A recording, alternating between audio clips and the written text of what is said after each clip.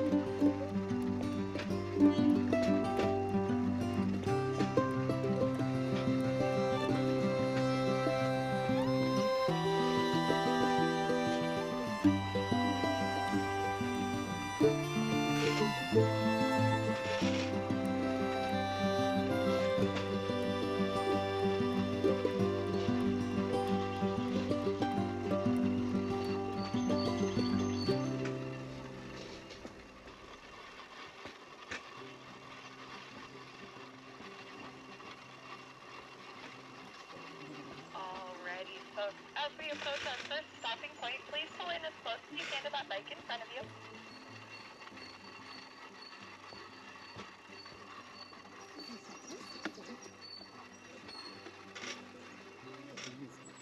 Come on in, guys. Come on in. Come on in. In the creek, keep your eyes peeled. There are more of these old redwood timbers that are sticking up out of the creek further down our line. If you keep a sharp eye, you'll find over 130 years ago when we were a logging railroad.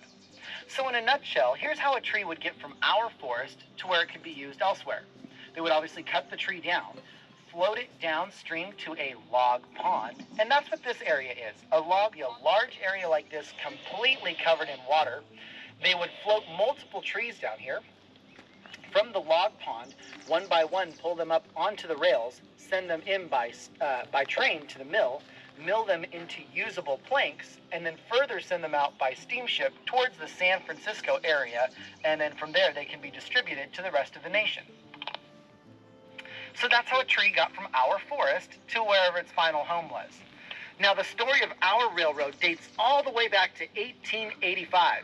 1885 is the year that this very rail line that you folks are sitting on was born.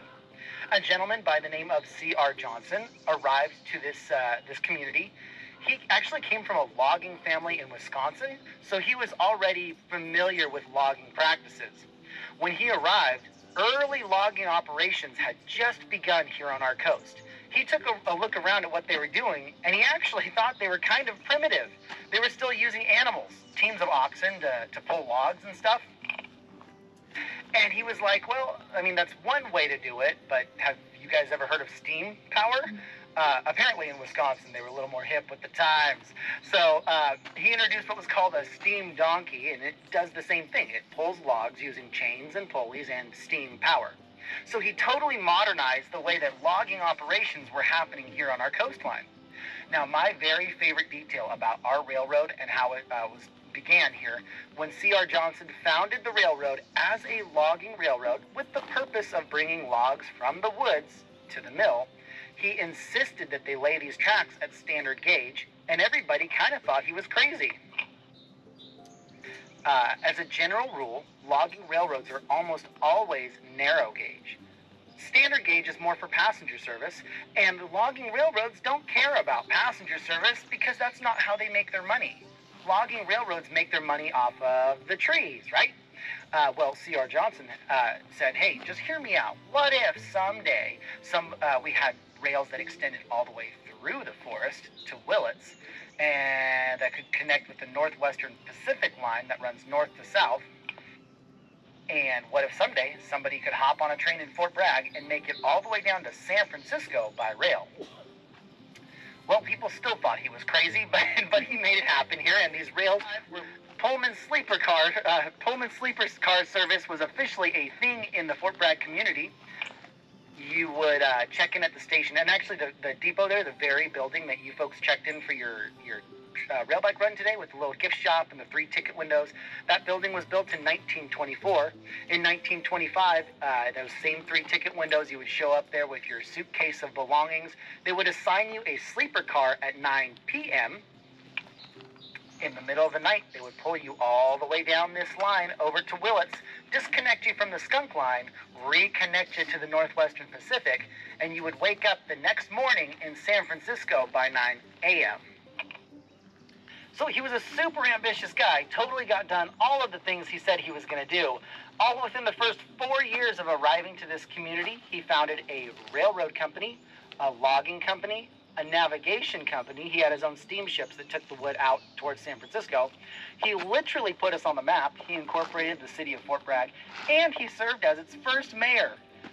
The dude was like barely over 40 years old. Super, super ambitious guy. Now, I say all of that to say this. These old redwood timbers that are down here in the creek side and the others that you're going to see along our line today, they're just bones of the history that once was. But they're kind of a neat reminder of how we came to be. And in the contraptions you folks are sitting on, this is more of the skunk's way of keeping the history of our railroad alive with a more modern touch, we'll say. You all can clap now. Oh, thank you, Fred. Oh, you shouldn't have. Okay. On this side, all my drivers, check those screens. Let's make sure they're still powered on. If your screen turned off, turn it back on. Release those parking brakes if you set them. Remember, 5 to 6 bike lengths between you and the next rider. Here we go. Yep.